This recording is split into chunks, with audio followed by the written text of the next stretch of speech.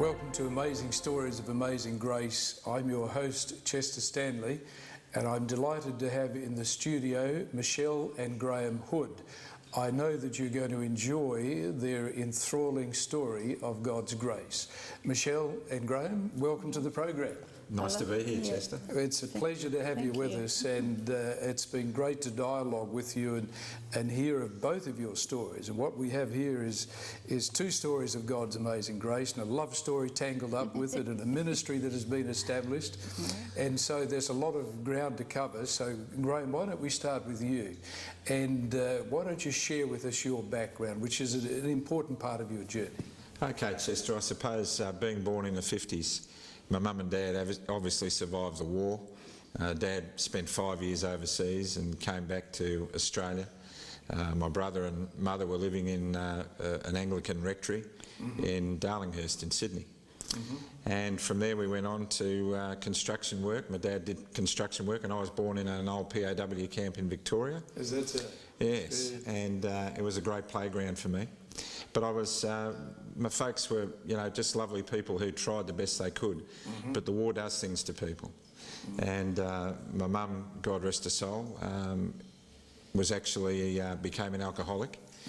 And my dad was like a workaholic and never around. And my mum had been the victim of childhood sexual abuse as well when she was younger. And she'd had a horrible life story of her own. And their life was turmoil.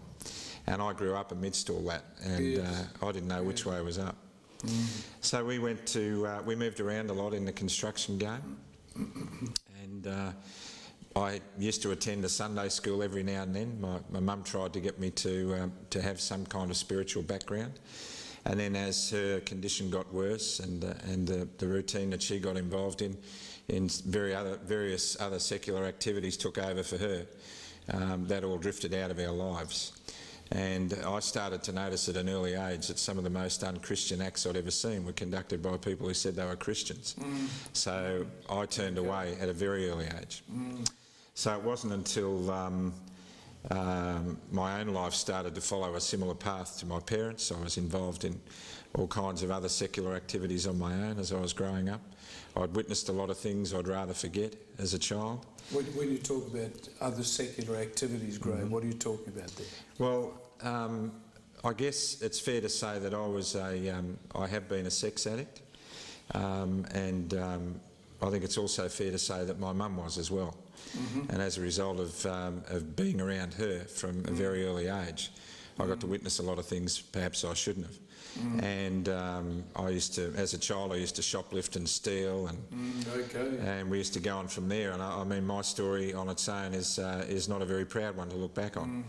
So as a result, my own life went down a road that I'd rather forget. And then as I got older and had children myself, I got married very young because I wanted to create a family that I could live into, one that would function better than the one I grew up in. I married too young, and I married without too much consideration.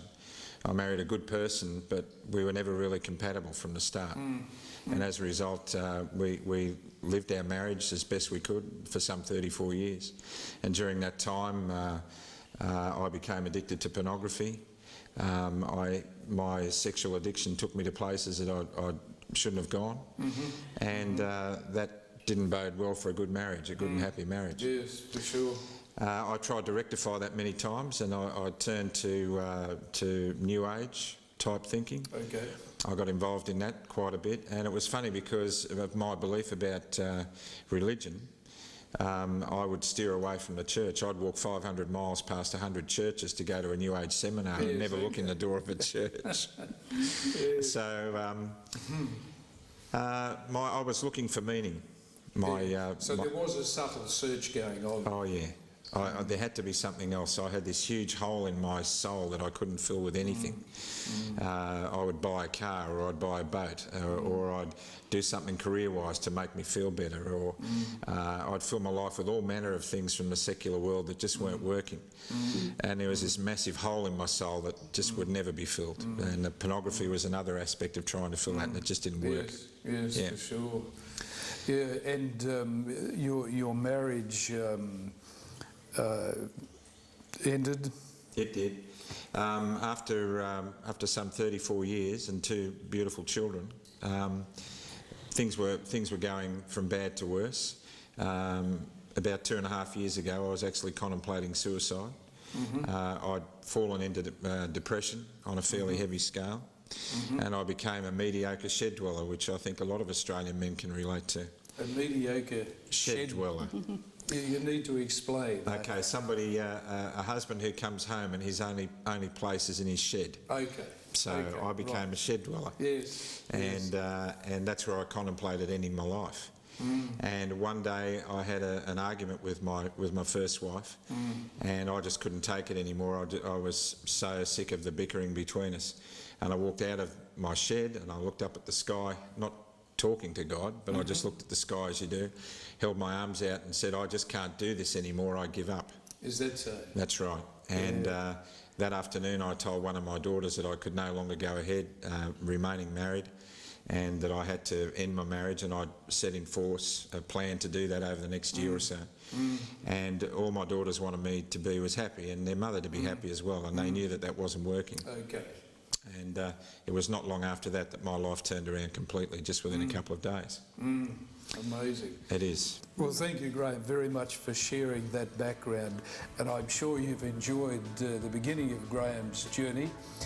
Stay with us and we'll be right back.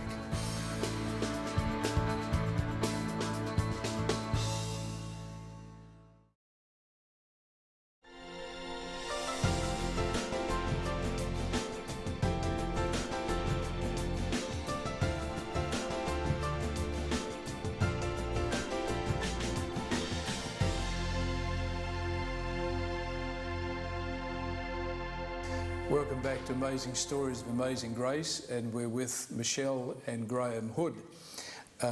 Graham, we will now go to Michelle's story, because she has an enthralling story, and we'll leave you just where you said within a couple of days your life dramatically changed. Yes. So we want to get back to that point. But Michelle, your journey is also a very powerful one, and I'd love you to share it with us. Okay. I was adopted at birth into a loving Adventist family. Okay, Adventist background. Yep. And they had 3 natural born children, and I was adopted, and then along came my sister 3 years later, also adopted.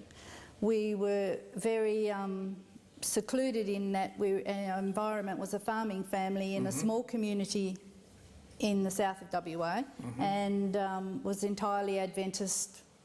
Friends and family, and we went to church, etc., etc. And I was in a very closed church, or in a very closed community. As a young child, I didn't know at the time, but I was being groomed by an elder within the church for a purpose that I had no idea of at the time. At the age of 9, I was indecently assaulted by this man. To the point of being, or sexually assaulted. And that led on to being raped by this man over and over again from the time I was 9 years old to the time I was 15. I was not allowed to say anything to anybody, because it was like, you'll be given back if you say anything. So that kept me silent for a long time. And it was going to be another like 35, 40 years before I ever said anything. I was so looking forward to going away to Adventist college, boarding school, to get away from this man, because he would assault me at church, Sabbath school, social occasions, picnics, on the farms, etc., etc. So I was really looking forward at age 15 to go away to boarding school. And I went to boarding school, and unfortunately I had issues in that my behaviour was presenting as being a problem child, and it wasn't looked on too kindly, and I felt very judged. And I also had the feelings that the church people were very hypocritical, because I'd known what they were all like. Basically, I couldn't see God past the people at that stage. So I eventually, after a few months, got expelled from that college, and basically I was thrust out into the general public and went to a public high school. And from that point I was exposed to what the general public's exposed to, and you must remember that I came from a very closeted family. Yes. So I went to board with a family that were not religious, and was exposed to drink, alcohol, smoking, partying, etc. At 16 I met an older man and basically became infatuated with him and ended up having children to him, and my first son came along a couple of years later. But at that time we still didn't live together, and it was only after the birth of my next child that we started living together and forming a family, as my mother said. That's what we should do. So I was stuck in that situation. I did get university entrance and chose not to do it, much to my father's disgust. Yes, for sure. And ended up doing nursing. I did not work for the first 10 years of my relationship with him, and ended up having 2 more children. And after 10 years I thought, no, this is not for me, I've got to do something here. So I started my degree and began to get money, I suppose, to do things I wanted to do, because he was a very controlling man and controlled everything I wore, said, did, phoned, wore, anything I wasn't allowed to do. So it wasn't a very happy relationship. I ended up having to support myself from that point onwards when I went to university, because he said, I'm not going to support you and the kids, so I had to work full-time, study full-time and be a full-time mum. Of course that gave me the increased income when I finished, and I went on 10 years down the track, I went on to study for another degree, which again gave me another direction in life and a higher income. I was very much into the secular life, and I was compensating for what I didn't have in the relationship by buying everything. Yes, okay. And Just like me. Yes. And moving along in life, completely oblivious or not directing my thoughts to God at all. I ended up pressing charges against the perpetrator. Okay. And when my father died, I actually had a breakdown and ended up going to an old mentor and explaining to him about my abuse that had happened, and that was the first time in many years that I'd ever told anybody. He encouraged me to press charges, and I did that. Unfortunately, I then heard that there was other people that the perpetrator had assaulted at the same time, so I went and tracked down within the church people who knew about this, and unfortunately for me, the church forewarned the perpetrator as to what I was doing, and I was asked to meet this man and he would say he was sorry to me. But I was only to realise later on that this was only to stop me pressing charges and to cover up for him, save his skin, because after I said no, basically he said, well, I'm going to fight you every step of the way. For 3 years he fought me in the court, and it was a bitter fight that ended up being shelved. Even though he was indicted to the district court, it was put on the shelf because the court had a duty of care to protect him. And I further ran from the thoughts of the church because I thought they were protecting him and not me. So I was very bitter about that. That was because he was deemed ill, wasn't he? Yes, he was deemed too old and too ill. The court had a duty of care. But I reflected back that he didn't have a duty of care. He had a duty of care but chose to ignore it when I was a child. So I felt like the church didn't even reach out to me when we pressed charges. So that was really like, I didn't want anything to do with them. After that I was very angry and contemptuous of everything, and I'd had that battle with running and driving fast to get away. Ever since I was a child, I'd run away to try and contain the horrible thoughts that were within me. So I learnt to ride a horse fast, etc., and drive cars fast, and ultimately I ended up accumulating speeding fines.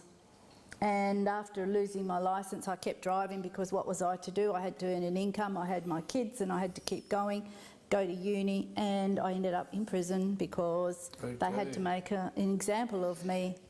Okay, Michelle, we'll just pause there because we need to go to a break. Thanks for being so vulnerable and sharing this story. And we know you'll stay right with us to hear the rest of this amazing story of God's amazing grace.